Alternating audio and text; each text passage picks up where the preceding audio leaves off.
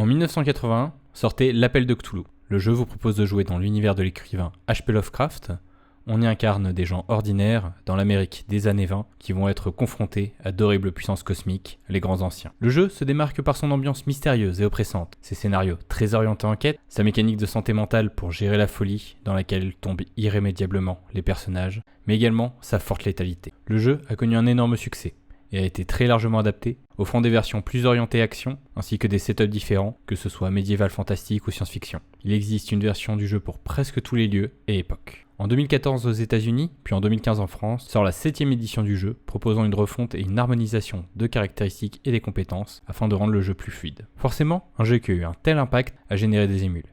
Et aujourd'hui, je vais vous proposer 3 alternatives à ce grand classique du jeu de rôle. Lovecraftesque. Sorti en 2016 aux États-Unis, puis traduit en français en 2020, le jeu vous propose de créer collaborativement une histoire dans le pur style de l'écrivain. Tels les héros des livres, la partie mêle suspense et mystère, chaque joueur offrant des indices à interpréter sans que personne ne sache vraiment la nature de la menace. Le point fort de Lovecraftesque est son approche narrative sans MJ, permettant d'instiller la peur de façon progressive et imprévue, offrant une expérience très proche des nouvelles de l'auteur. Chill. Sorti en 1984 aux États-Unis, la 3ème édition est traduite en français en 2017. Le jeu vous propose de jouer dans un univers contemporain, des membres d'une organisation secrète qui cherche à sauver l'humanité des monstres et autres entités paranormales. Il comporte nombre de mécaniques intéressantes afin de pouvoir jouer à notre époque, là où la communication et l'information sont faciles d'accès et à portée de main, sans pour autant gâcher le plaisir de jeu. Le point fort de Chill est son style, mettant l'accent sur l'enquête, tout en conservant cette volonté de plonger les joueurs dans l'horreur et l'inconnu. La Laverie. Sorti en 2017 et inspiré des romans du même nom,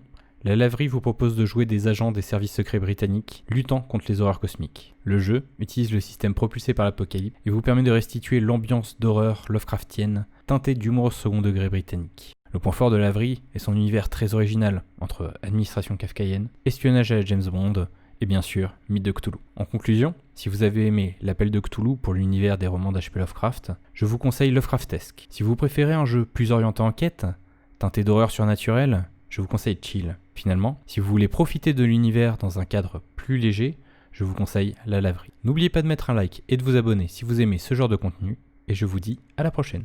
Tout sweet.